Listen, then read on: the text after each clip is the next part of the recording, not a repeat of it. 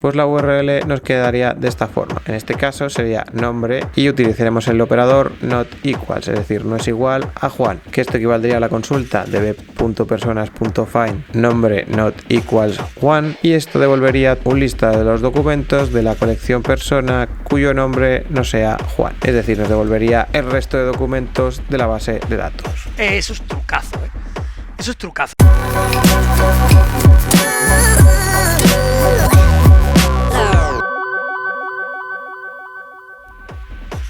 Hola a todos, si recordáis hace unos cuantos vídeos vimos los conceptos básicos de bases de datos SQL, que si no lo habéis visto lo dejaré en la descripción. ¡Sí, señor! Un pequeño repaso de cómo funciona una base de datos SQL sería el siguiente. Tenemos la base de datos, la cual tiene ciertas tablas que están relacionadas entre sí. Un ejemplo de esto puede ser una tabla personas que tiene la columna DNI, nombre e email. Y luego esta tabla tiene distintas filas. Por ejemplo, aquí tenemos una fila en la cual el DNI es este de aquí, tenemos el nombre y el email. Ok. Por otro lado tenemos la tabla perros, la cual tiene como columnas dueño, chip y nombre. Y tenemos una fila en la cual el dueño corresponde al DNI de la tabla personas. Es decir, el DNI identifica únicamente a esta persona y se asocia al perro de nombre Firulais que tiene el chip que aparece aquí. Perfectamente claro y entendido. Yo creo que este es el resumen más corto del modelo de bases de datos SQL. Pero si te han quedado dudas, como he dicho antes, os dejo el vídeo en la descripción donde explicamos esto de manera más extensa. Trato hecho. ¿Cuál es el principal problema de la base de datos SQL? Pues el manejo de grandes cantidades de datos. ¿Por qué? Buena pregunta. Al tratarse de un modelo de datos relacional, es decir, que las tablas están relacionadas entre sí, cuando la cantidad de información almacenada es muy grande, el acceso a los datos se ralentiza. Esto es un problema si el acceso a datos tiene que ser rápido, cosa que a día de hoy para muchas aplicaciones es imprescindible. Además, a la hora de escalar una base de datos SQL, el coste es elevado ya que tiene que mejorar el hardware del servidor que aloja la base de datos. Y para según cantidad de información, este coste es elevado. No me hace falta tu compasión ni tu dinero. ¿Cuál es la solución? Pues crear un modelo de base de datos que sea no SQL. Parece broma, pero no lo es. Al modelo de base de datos que no son de tipo SQL se les llama no SQL o no relacionales. Sí, no se esforzaron mucho a elegir el nombre. Vaya, no encuentro fallas en su lógica. Como hemos dicho, las bases de datos SQL se conforman de tablas, las cuales tienen filas y columnas, y cada fila tiene una clave que identifica de manera inequívoca a cada fila. En las bases de datos no SQL es parecido. Las tablas ahora serán colecciones, las filas serán documentos, las columnas serán campos y la clave ahora se llama Object ID. Vamos a ver un ejemplo de esto. Podemos tener un documento en el cual tenemos los siguientes campos, como puede ser nombre, DNI y luego contacto, en el cual tenemos un teléfono, y esto es lo que sería un documento. Tomo nota. ¿Qué es lo bueno de esto? Que podemos tener otro documento que sea igual, pero aparte poderle meter un email. Es decir, a diferencia de una base de datos SQL, los documentos no tienen que tener los mismos campos y pueden variar. Interesante. Luego, todos los documentos están agrupados en una colección, que en este caso sería, por ejemplo, la colección personas. ¿Y cómo jugamos con estos datos? Pues igual que en SQL teníamos las consultas del tipo insert, select, update y delete, en las bases de datos no SQL tenemos, en este caso, la función insert, que básicamente inserta un documento en una colección, la función find, que lo que hace es buscar documentos dentro de una colección en función de unos parámetros y unos filtros, la función update, que actualiza los campos de los documentos que nosotros le indiquemos, y por último la función remove, que como podéis sospechar es igual que la función update, pero en vez de poder modificar campos para borrar documentos que cumplan ciertas condiciones.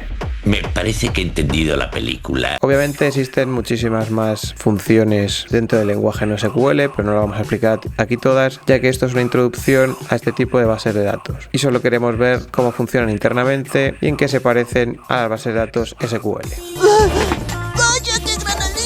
En primer lugar, tenemos la consulta no SQL insert. En las bases de datos no SQL, las consultas varían un poco. Para ejecutar un insert, deberíamos diseñar algo como esto, lo cual sería db.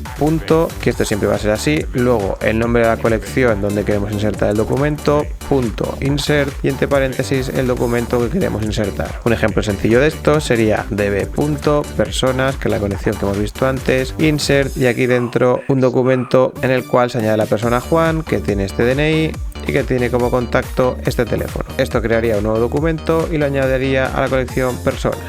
Uy, no lo puedo creer. En cuanto a la función find, es parecido al insert, pero varía en algunos detalles. También tenemos que ejecutar db. El nombre de la colección, .find en este caso, y después tendremos que especificar qué documentos queremos buscar haciendo un filtro con uno o más campos. Por ejemplo, una consulta sencilla sería db.personas.find, donde buscaría todos los documentos cuyo campo nombre es igual a Juan. Esto significa equals, es decir, todos los documentos de la colección personas que tengan como nombre Juan se devolverían en un listado. Sure. Por otro lado tenemos la consulta NoSQL update, que también es parecida a la anterior. Aquí tendríamos db, la colección que vamos a manipular de nuevo, añadimos la función .update y en el contenido de esta función tenemos que añadir un filtro y el valor a cambiar, es decir, se hará una búsqueda de todos los documentos que cumplan este filtro y de esos documentos se cambiará el valor o los valores que queramos por unos nuevos. Un ejemplo de esta función sería db.personas.update, donde se buscaría todos los documentos donde el campo DNI es este y se cambiaría el campo nombre por Pedro. En esta ocasión esto equivaldría a cambiarle el nombre asignado al DNI que aparece en el documento. Bien hecho. Y por último vamos a ver la función remove, que como podéis suponer también es db.colección.remove y aquí tendremos que especificar, al igual que en el update, los documentos que queremos eliminar y todos los que cumplan estos parámetros serán borrados. Un ejemplo sería db.personas.find, donde el nombre sea igual a Pedro, es decir, todos los documentos que tengan el campo nombre igual a Pedro serán eliminados de la colección personas. Y a tomar por culo. Una vez explicado brevemente cómo funcionan este tipo de base de datos, vamos a lo que todos os estáis preguntando. ¿Existen las inyecciones NoSQL? Pues obviamente sí. ¿Cómo funciona inyecciones NoSQL? Pues al final es parecido a las inyecciones SQL, lo que pasa que se utiliza otro lenguaje. Si por ejemplo tenemos una URL donde tenemos el siguiente parámetro que es nombre equals Juan, esto equivaldría a la consulta db.personas.find nombre equals Juan, la cual devolvería un listado de los documentos de la colección personas cuyo nombre sea Juan. Pero ¿qué pasa si nosotros modificamos por ejemplo este operador? Otro dilema. Pues la URL nos quedaría de esta forma. En este caso sería nombre y utilizaremos el operador not equals, es decir, no es igual a Juan, que esto equivaldría a la consulta db.personas.find nombre not equals Juan y esto devolvería un listado de los documentos de la colección persona cuyo nombre no sea Juan, es decir, nos devolvería el resto de documentos de la base de datos. Eso es trucazo, ¿eh? Eso es trucazo. Obviamente esto es un ejemplo muy simple y esto es solo una introducción a la inyección NoSQL en la cual profundizaremos en próximos vídeos. ¡Vaya prima!